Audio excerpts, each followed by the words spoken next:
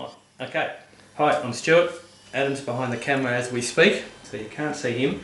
But our experiment is we're going to see how yeast and sugar react when they come in contact with varying degrees of water temperature. So what we've done is we've measured out 15 grams of yeast and 20 grams of sugar into one of these, which we're going to add to these bottles, and then we're going to add lots of water temperature. This will be our control temperature, which will be about 20 degrees. From there we'll go 30 degrees, 40 degrees, 50 degrees, 60 degrees. We can maintain the temperature by using the thermometer. We'll then put the stopwatch on for half an hour, and in that time we'll monitor sort of what each bottle does, and we'll have the camera on for that whole period. So we'll be able to see how the reactions in each bottle go, and we can measure it at the end.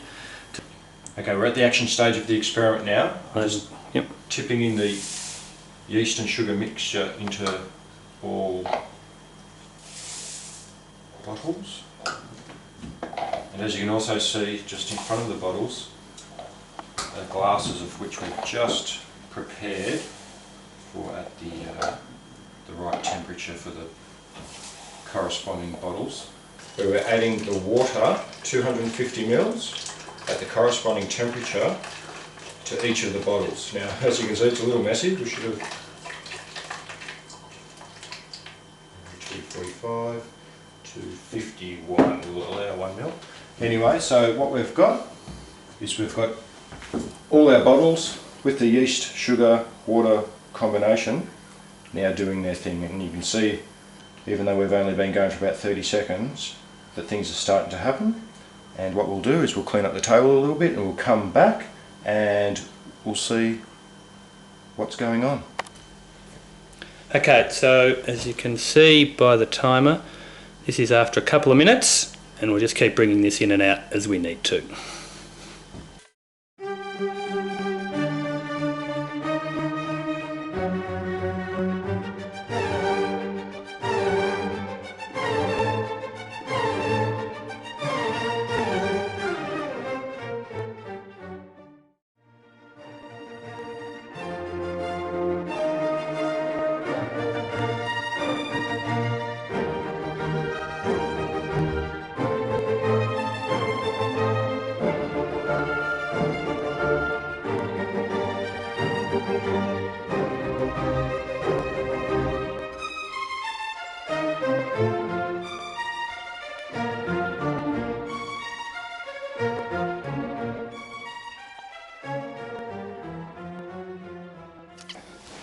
Okay, so our time now is just on 20 minutes to go. So they've had the water in them for 10 minutes, and Adam's going to go up and just give us a measurement of how far each one's come up.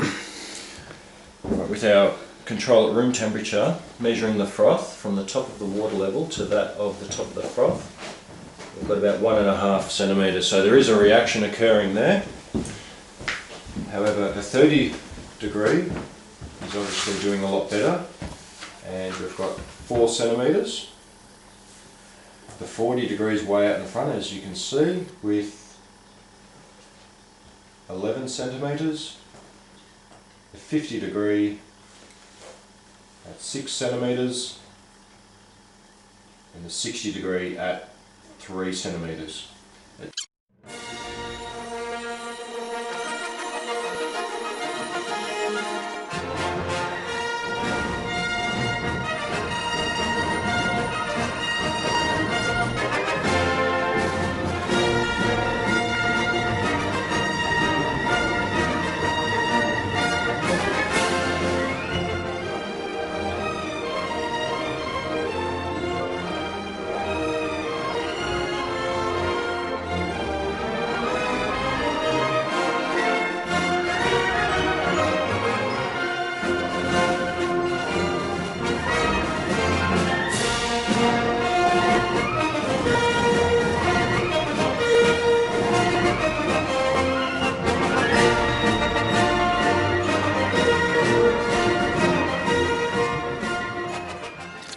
Okay, here we go again, 10 minutes.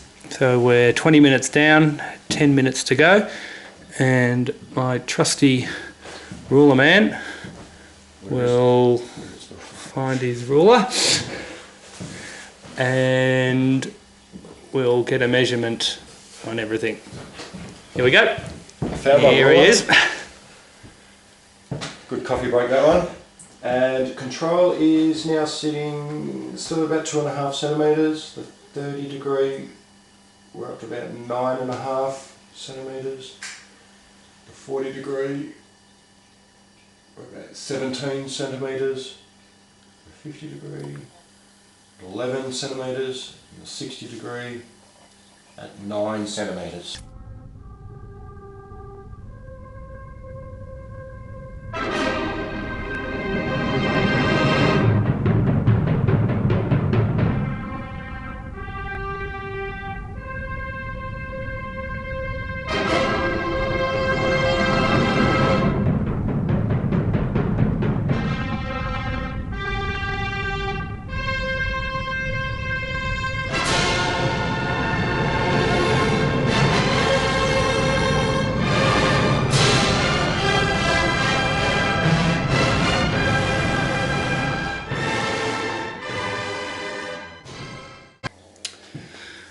Alright, so as you can see, we've just about come to the end of our half an hour, and my sci-fi will go off. There it is. Call it. So Adam will give it the final measure. So after 30 minutes at our various temperatures, we have 4.5 centimetres for the control at room temperature. We have 13 centimetres at the 30 degrees.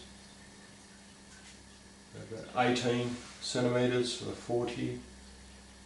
As you can see, the bubbles are slowly lowering actually in the 50 degrees. We're back down to 10 centimetres, and for the 60 degrees we're at about 11, also